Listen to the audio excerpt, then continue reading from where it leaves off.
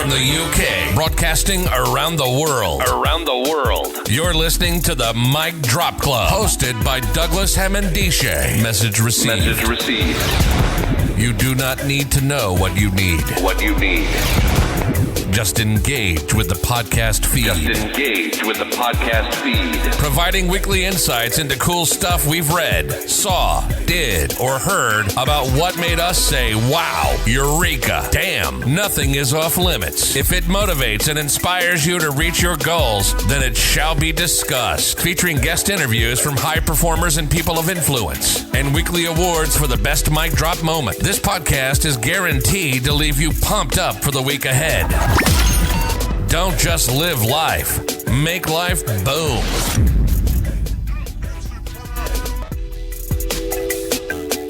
Hi everybody, it's Douglas Hammond-Dishay for another episode of the Mic Drop Club. Today, this is part 2 of our 3-part series whereby we are going to be discussing mental health issues and how best we can support people that have gone through some of these challenges and traumas in their life. So as we kicked off the first one from a parent's perspective, she had my colleague Tracy Page. She was talking candidly about her experience supporting her daughter with a mental health illness, her challenges navigating the mental health system, her fears, her worries, dealing with the loss in terms of her role as a parent. She felt like she let down her child, and also the goals that she had for a parent to her child, those things had to be changed until she got to a stage whereby she accepted that this is what's happened. So today, I'm very fortunate to have Geert Bettinger here. You know, he's author of a book, Moving Forward by Standing Still. No. Yeah, that's it. So moving on. Sorry, I do stand corrected. Moving on by Standing Still. I should know it much better because I've read the book back to back several times. And like you, I have it in front of me. Yeah. So this book is not your ordinary book as it was. This is a book that Geert will go into some detail in terms of why he wrote the book and the messages within the book in terms of what he wants to instill to the caring profession, as it were. But I have to say it is a fundamental book that I think all health and social care professionals, anybody that's caring for somebody that's gone through some sort of trauma, you try to understand your children's behavior, you pick up that book because it's written in plain English. You know, the prevalence of mental health is stark. It's very stark, and it can get very dark out there. You might feel like you're alone when you're looking at various behaviors exhibited by your child or even young adults or adults, you know, learning disabilities, early onset schizophrenia, all of these different type of conditions. Behavior is something that a lot of people just gravitate to. The child is kicking off and, you know, and they want to deal with the behavior instead of understanding the deeper level. So without no further ado, I want to introduce Geert Bettinger to the conversation. And first of all, welcome. Thank you very much for lending us your time for this show. How are you doing? Hi, Douglas. Thank you for inviting me to your show. Before I start, I want to excuse for my bad English because I'm not from England. I'm just a Dutch guy, a Dutch boy. So sometimes maybe my English is not so good. Excuse me for that. You don't need to apologize. You're doing far better than most here. Okay. It's nice to meet you again. We met last year. Indeed. In London. Yes, it was a nice meeting in your house and with your big, nice family. Thank you very much. So, and I know you're making a podcast. So I'm glad to talk with you again. Brilliant. So in terms of the book itself, just take it back to the beginning. What was the motivation behind the book? That was a long time ago. It was, now I'm 67 years old. And when I was about 10 years old, I was abused by my uncle, sexually abused. And that is the starting of my view, looking in a different way to so-called problem behavior. Because as a child, I showed a lot of problem behavior, and I was punished for that. People thought I was a bad boy because I didn't listen, I didn't do the things right. So, but under that behavior, there was something painful and something very bad. So, as I told you, I was called a problem child, but I'm not a problem child. I was a child with problems. And for me, there's really a big difference. Indeed, so. You can imagine. Mm-hmm. Indeed. So, just looking at some statistics here, and I'll put the information up on the show notes in terms of the source of this material, but it's rather frightening when statistically it shows that 1 in 6 men are sexually abused of some kind. Only 16% of men have that documented in their medical notes of the sexual abuse, which means it's very serious considering the effects are not known, and it has an impact on how they mature as adults as well. And I think there's a lot of work that needs to be done in that area. And I think your book sparking that conversation, and you could talk so candidly about what you went through, can help in that situation. Yes, but it's not a book about sexually abusing. It's a book about looking at behavior. But your first question was how it started. So that was the basic of my view. But I don't feel like a victim. I don't behave like a victim. But for me, it's a red. We call that the red. How you call it? Red thread? No. Yeah. Because a red thread through my life.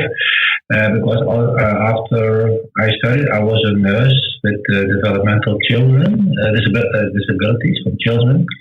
And I worked as a social worker, and I worked as a teacher, etc., etc. And I met often very, very much people who were called as problem behavior clients or patients. Yes. And I never liked this word because for me it's not problem behavior, it's signal behavior. We have to look behind that behavior, not to judge, but don't judge. Try to understand what the meaning is of the behavior, because many people don't have other opportunity to tell or to express what is wrong inside. Yeah. So now I work a lot with people with dementia. I work a lot with people with the disabilities, and also people with dementia who have no voice. Yes. They are shouting or they are hitting or whatever, and then they will give them pills, but don't give them pills because something is wrong inside the person. Yes. For me, it's very, very important to look at that behavior that way. Don't judge.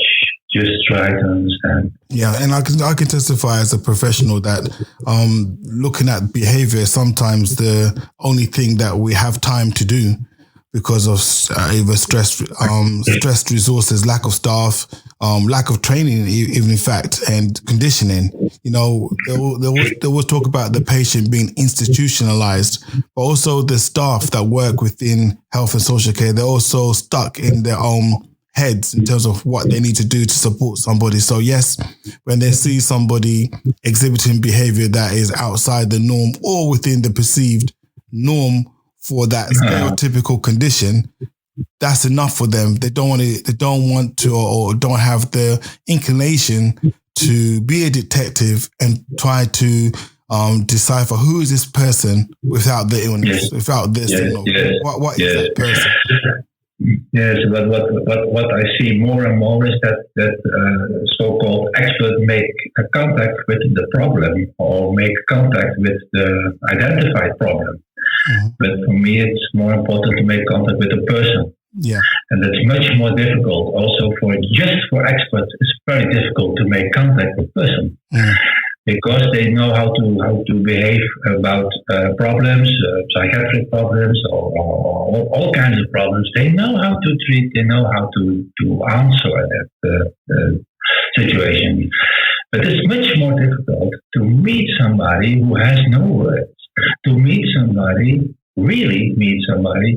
There was more and more. Yes, the last 2-3 years, I think more and more, the best expert is the client himself. Yes. He is the real expert, I think.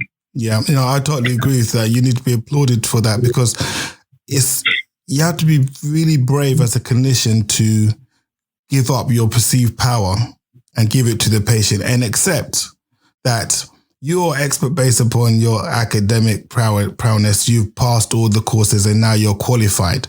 But the patient has that lived experience, which you will never, ever be able to attain that level of understanding. So it is about getting to that stage whereby you feel comfortable in relinquishing power again. Yes. Do you agree with me, or that when I say it's much more difficult to have contact with the person instead of the problem for professionals? Yeah.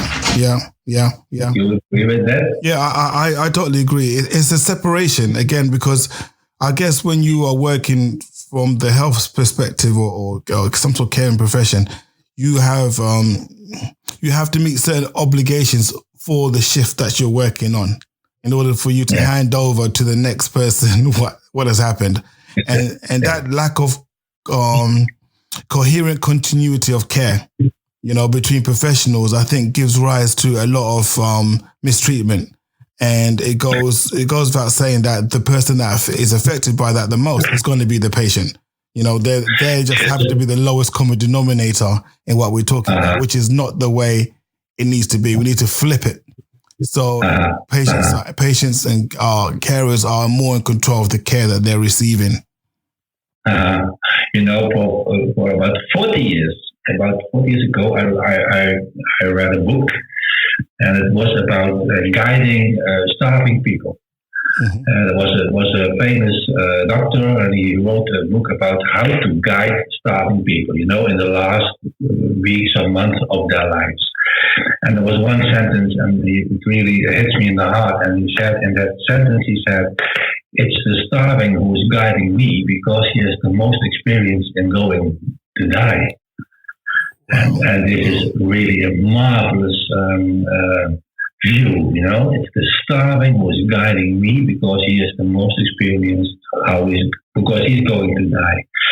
I think this must be our attitude to everybody. Yeah. It's the person with dementia, for example, who is guiding me because he feels how it is to have dementia. Yes. And as much, it's a marvelous journey. That's the way I look at it. It's a marvelous journey to join this person in his world and not to let him join in my world. Yeah. Because that's ridiculous. So do you have any interesting techniques, or what is your approach to when you worked as a professional in supporting somebody? Coming from the background that you got experience on both sides, you've had a traumatic situation happen, and then you can see it from both sides. So what is your approach as a professional in providing care and engaging with somebody? How do you go about doing that? Most of the professionals, they want result, Somebody comes to him with a problem or with a question, and we as professionals, we want to have result as soon as possible. Yeah. And somebody says, for example, I have a horrible headache all day. Okay, we want to help him by giving him pills. Yes, but maybe he has headache because he feels alone. Maybe he has headache because etc. So don't start with giving a solution. I think we have to step a bit back and try to understand. Making contact costs a lot of time. Yeah, really costs a lot of time. Indeed. It's much more difficult to listen without judging, to listen without saying how to do, etc. Because most of the problems I see in my daily practice is people feel lonely, people feel sad, people feel outcast, etc. Feel unaccepted, etc. Yes. But we don't want to face that. It's much more difficult. So for me, it's listening. I call it empty listening. Sure. Just try to make contact. It's much more. It's better. I work. No, I meet. I don't work. Last week I was in Bucharest in Romania, and there was a girl. She had autism, and she told in front of the audience that 95% of the professionals didn't listen to her. 95%. That's shocking. 95%. Shocking, yes. And the 5% who listened to her were her mother and was a teacher, not a professional. So her mother listened to her. And she was a very smart girl. She was studying social assistant in Romania, and the people said 95%. Yes, they don't listen. They only hear what I say, but they don't listen. And for me, it's a gift to meet such a beautiful girl with this words, because she can tell, and many people can't tell that nobody listens. Sure. And so what do you think is, I know it's on an individual basis, but what do you think are the thoughts of somebody that's going through some sort of trauma when they want to be heard and they're having the signaling behavior? What sort of things do you feel that they are trying to communicate through the actual behavior? It's not I say a compact solution or a compact way to do this, because you say traumatic people with traumas, and you talk about people with traumas. Okay, let me tell me. I have a trauma, but I'm not I am not a person with a trauma. I'm healed with a trauma, and that's the difference. You know what I mean? So you have to contact Geert, and Geert is a unique person. He has a lot of doors you have to unlock, and when you find the key from Geert, not from the traumatic experience, but when you find the keys from Geert, then you can reach me also in my trauma. You can understand what I mean? Yeah, I think so, yeah. Yes? Yeah, I think so. I think there's something in there about you refer to it as reaching out. Sometimes the behavior could be guarded.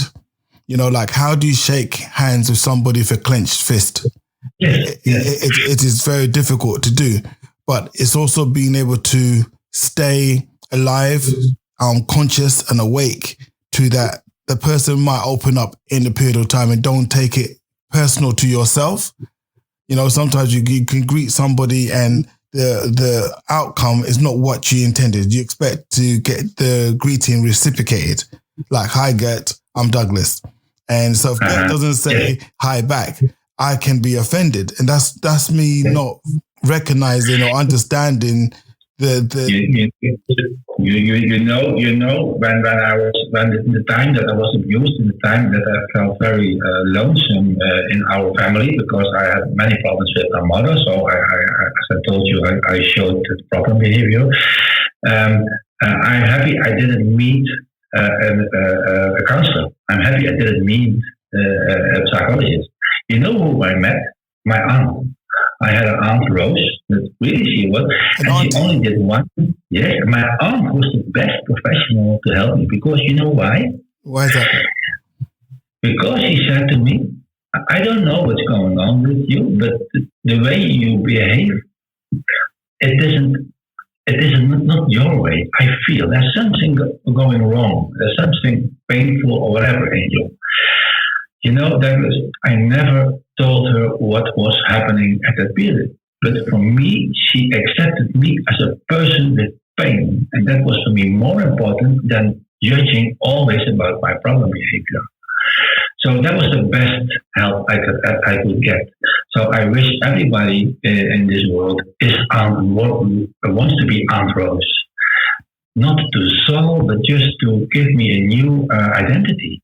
Okay. You know? Okay. And that rings so true with the last guest I had on my show, and she was talking about, as a parent, getting to the stage whereby she accepted this is what's happening. And through that acceptance, she was able to engage and have a more humanistic conversation with her daughter.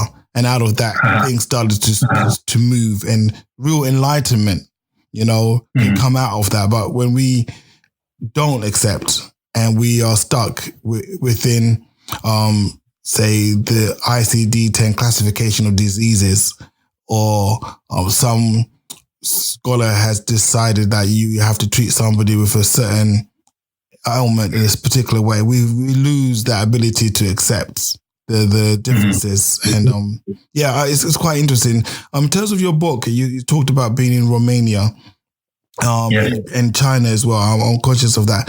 What was that like? And in terms of the Netherlands, how is the system set up to support people going through trauma or challenging situations? Yes, you know my book. My book is not a professional book. It's not with therapeutic words or whatever. Not difficult words. It's basic. Yes, it's basic. And what's happening in the Netherlands and now it's happening in China and Romania and whatever. More and more, I met a lot of people in the Netherlands, very high educated people, psychiatrists, geriatrics, etc., etc.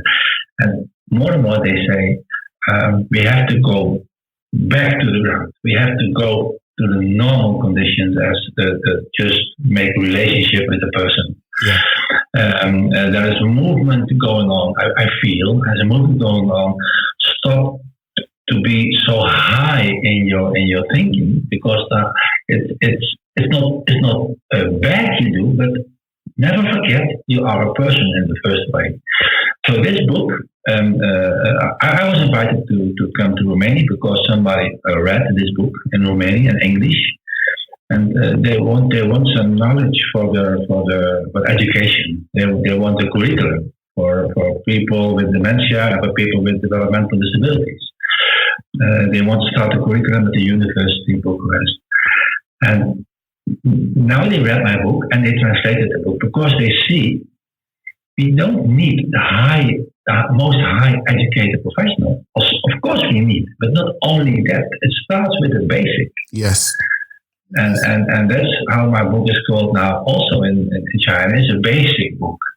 It's not the Bible for all to solve all the problems. It's a basic attitude, and I'm proud of that.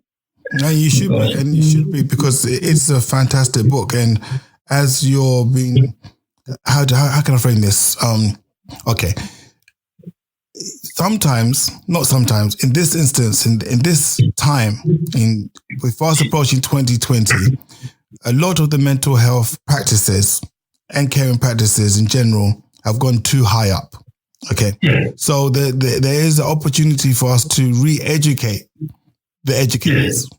And I think that's what your book is. It's a vehicle for re-educating the educators, because somehow along the line they've gone too far into their heads and gone into the sky, into the clouds, without looking down into the actual what's actually happening with the patients at hand. So it's obviously because the patients, and then we don't like to call them patients. In mental health in the UK, we do struggle with the terminology, and we try and call it different things. Service users. What else do we call them? Service users. A whole host of different things. They'll come to me in a minute, but that's not the point. The point is, any individual that is going through a challenging situation presents a tremendous opportunity for raising awareness to that situation, to that condition. And I don't think that's been tapped into enough, because the medical model will feed into that straight away. And then you've got the pharmaceutical industry there that want to peddle a lot of medication, a lot of drugs. Yes, sometimes it's needed in emergency situations. We understand that. But preliminarily, you need to understand what's the motive to take the medication in the first place, and is that actually helping the person live the lifestyle that they want? Of course. When you are in deep depression or whatever, medication can help you. It's like you when you are bleeding, you put something on that wound. Of course, I'm not against medication. I'm not against professionals. I'm not against high educated professionals. No, but I want to work with them together. You know, I give you a very smart example. I was in a nursery home for dementia people, and there were psychologists and there were nurses, etc. And there was also the cleaning woman. She was also working in that institution, and I talked with the cleaning woman, and the cleaning woman met the person with dementia every day, and she was talking with the client, etc., etc. And she gave us a lot of information. So also listen to the cleaning woman. The cleaning woman is also in a relationship with the. So I'm not against professionals. I'm not against anybody. But let's also listen to the people who are nearby the person. So with children, just listen to the parents. Yeah.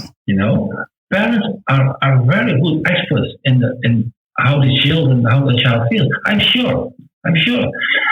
Sometimes the parents need help, of course, because the child has some problems he cannot solve by themselves. But don't put the parents outside the conference, the conversation. Because the client is the expert. The parents are also experts. And please behave them, be them as experts and not as just parents. Sure. Sure. And I can recall many conversations with parents who have felt like that, like they were not listened to, because again, they understand they understand their child a lot better than the professionals meeting them for the first time and just looking at, as you call it, the behavior, the signaling behavior, because signaling in behavior is something that is a constant thing, and being able to understand it and being able to approach it from a curious perspective. I think healthcare professionals need to be a lot more curious. I think they've lost that detective type mentality where they really want to find out and really are interested in people. It's a people thing. If you're not interested in people, you shouldn't be in the caring profession, because sitting down and just having a conversation, it should be a highlight of your day. When you ask a psychiatrist, for example, what was the starting point you want to study for this job? He said, I want to work with people. That is the first what they say. Why you are a nurse? I want to work with people. Yes. So that is the starting point. I don't want to work with techniques or mathematics. I want to work with people. Yes. So try to work with people again. When I meet a lot of psychiatrists all the time, and more we are listening to each other. So go back to why you started. Yeah. Go back to basics, as you say. Why did you start this? The why is a fundamental question. Sometimes we can lose that over time. So this book that you've written, is how many years old now? Is it 2 years? 600. 600. Yeah, 600 years in the making. I can totally get that. But no, it's in the Netherlands. It's about 5 years now, and in English it's about 2 years now. And now in the Netherlands we see more people are going to buy the book again. Because, as I told you, there's a movement going on, the high educated people who wants to start again in the basic. So and in China now it's 2 months, and in Romania is 1 month. Oh, okay. And probably next year in German. Yes. Yeah, that's brilliant. Your book is traveling, and it's taking you across the world, meeting interesting people, spreading that word in terms of addressing the behavior, which is the fundamental, the crux of it. Has anything changed since you wrote the book that maybe you want to insert in a new edition as you've seen things on a much more global level and can process the challenges? Are they the same across Europe and in China, or are they different? What are these nuances out there that we can learn from and grow? I don't know if I understand you well. If I understand you well, I think that if I come in China or Romania or England or wherever, or in Bolivia, I was very often in Bolivia, South America, and I met very many vulnerable people, and for me they are the same. Of course, the culture is different. China is a completely different culture. People with developmental disabilities, you don't see them. They are hiding away. In Romania, also, you don't see these children or these people. They are hiding away because they feel ashamed. Parents feel ashamed. The community feels ashamed. That is a difference. But when you talk with people, I met some people, some parents with the children, and when you talk with the parents, they have the same problems, the same feelings, how it must go on in the future when I die. What's about my child when I die? You see in China the same questions. They are global. The system is different. The how to pay everything is different, but there is a need in all the countries. There's a need of try to look at people in a different way as you look till now. That's what I see. You know, my book is 5 years old. I often got the question, do you write a new book or a second book? I can tell you this book is up to date every day. For me, it's amazing that it's completely up to date. Yeah, it is up to date. It's very, very relevant, and it's on the pulse of all the major issues that you have to consider and try to adapt. If you were to write another book, first of all, I'm taking it to another direction. What would the title of that book be? And the second part of the question is, how did you come up with the title for this book in the first place? Moving on by standing still. How did you come up with that title, and what will be the title of part 2, 2.5, whatever the case would be? Well, I don't write a second book. No, I don't want to write. You don't want to? You're not being compelled to, no? Okay. No, I don't want to write. Maybe I make a cinema movie. No. I don't write the second book. The title of this book, moving on by standing still. Before you move, you have to listen. Before you go on, you have to wait. Yeah. Before, etc. That is the attitude. It gives you the attitude. When you want to move on, first stand still. Yeah. Okay. So and this title in Chinese they can't translate. No. What's the translation in Chinese? In China, we had 2 weeks over and go email contact about the title, and every time they say no, it's not a good title. And in Romanian it's very difficult. They can't translate, but it's an attitude. Yeah. Before you go, I don't have to explain to you, but I promise you, I never will write a second book, because this book, for me, it's like I told you, it for me it's not proud, but for me it's a key to meet people. Yes, that is for me the most important value for me personally. Yes, it gives me a key to meet people I never could meet without this book. Sure. And was it cathartic for you as you were writing it? Did you bring a part of your own personal personality, your own personal history to that, and said, you know, if I could write to me, or to the support that I should have been having at the time when all these things were going on in my life, I would have had a better outcome, or things could have been different? Is that how you wrote it? What was the angle that you actually pitched it at when you were putting it? It had to do because I was teaching nursing education, social work education, and we had intervision. How you call it, intervision with the students. Okay. They brought a case study in the classroom, and mostly it starts. There is a problem. This person, blah blah blah, this like this like that. So mostly a case study in the class started as a problem, and for me it triggered every time that word problem, because it's important to know what the problem is. But even important to know is for whom is it the problem. Wow, can you say that again? Yeah, because you got that is fundamental. Is there's a problem, or we could call it a challenge. But who is the problem challenge for? Yeah.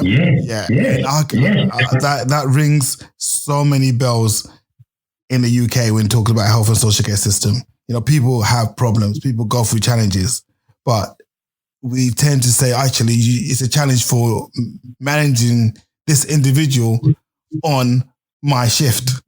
That's the challenge. And we've failed to understand that, it's actually first and foremost a challenge for the individual that they're going through, and asking yourself the questions, how can I support you on that journey to come out the other side and be able to manage and recover from whatever issue or situation that you're dealing with? Wow, I'm going to take that. That is my mic drop for me. That is so fundamental. Who is this problem? Who is this for? Who's the owner of the problem? Yeah, ownership. Because in health, we talk about, before we do anything, we like to know who has the authority. Who has the authority to make the decision, right? Yes. And then after that, we're going to then look down to, okay, fine. Who then is accountable for the action? Yeah? Yeah, who's accountable? So someone gives me authority to do X, right? Someone gives me the authority to do X. Am I accountable for the result of X? And lastly, what is my responsibility then? So you got those things, those hierarchical structures that always play in the mind of the care professional. You got the authority figure. They're the ones that set the rules, the boundaries of how you're supposed to operate, isn't it? Then you got ultimate accountability. You as a professional know that, oh my God, if I don't do something in the line to the governance, the protocol, the procedure, all of that kind of stuff, I'm going to be held responsible. And I could potentially lose my registration, my PIN, my ability to practice. So these are the things that we grapple with, but we shouldn't have to grapple with them if we go back to basics. Is that what you're saying? Yeah. I can see you're getting very enthusiastic about this. Oh my God! Yeah. I'm getting animated. When we talk and we've delivered training to care professionals before in the UK, we've co-delivered them together. And one thing I can say to the listeners out there, that when we get together, we bring the fire, because fire is one of the substances that anything it touches will not be the same after. Okay, and when you've had this session with Geert and myself, we will really address some of those topics, those challenges a lot of books do not address. I mean, what is actually happening. And you gave a fantastic practical exercise to the group. Do you want to give a description to that the exercise you did to the group? We had about 30 nurses there. There were second year students, and we were going through some sort of practical exercises for them to raise their awareness of signaling behavior. Do you want to talk through some of the examples that we did that day? Yes, it was nice to work together. Like this conversation is also nice. There's not a conversation I like. It is you I like, and that is the first. And then the conversation is logical. But I like you, so the conversation is also very nice. But maybe we have to stop, Doug, because it's half an hour now. And oh my God, we're breaching the time. So very quickly, I understand and I do appreciate your time. In terms of, I was just going to go back in terms of the examples we did to raise awareness, whereby you do a lot of role playing as a patient or as the perceived patient, and you ask the nurses, the student nurses, to give their opinion how best they could support you. What is the behavior saying? And I think in the next show, what we'll do is we actually talk through some of those scenarios, because they were really, really interesting, because how you were feeling, how the patient you were portraying and the care that was being delivered, being offered to you, was not helpful. And this is what it's about, because we were here to facilitate a task to help people get better, to improve their life. So, Geert, it's late. In Netherlands, it's what, 10:30 now? Yes. Yeah. So I think it's time for your cocoa. Thank you very much for spending the time. Have a brilliant week. Okay. Yeah, it was a pleasure meeting you, Douglas. We meet soon again. Yes. Okay. Cool. All right. Thank you. Danke. Bye. Danke. Thank you. Bye. Thank you for listening. Don't forget to check out micdropclub.com and get the show notes and useful links. Subscribe to the podcast. Don't just live life, make life boom.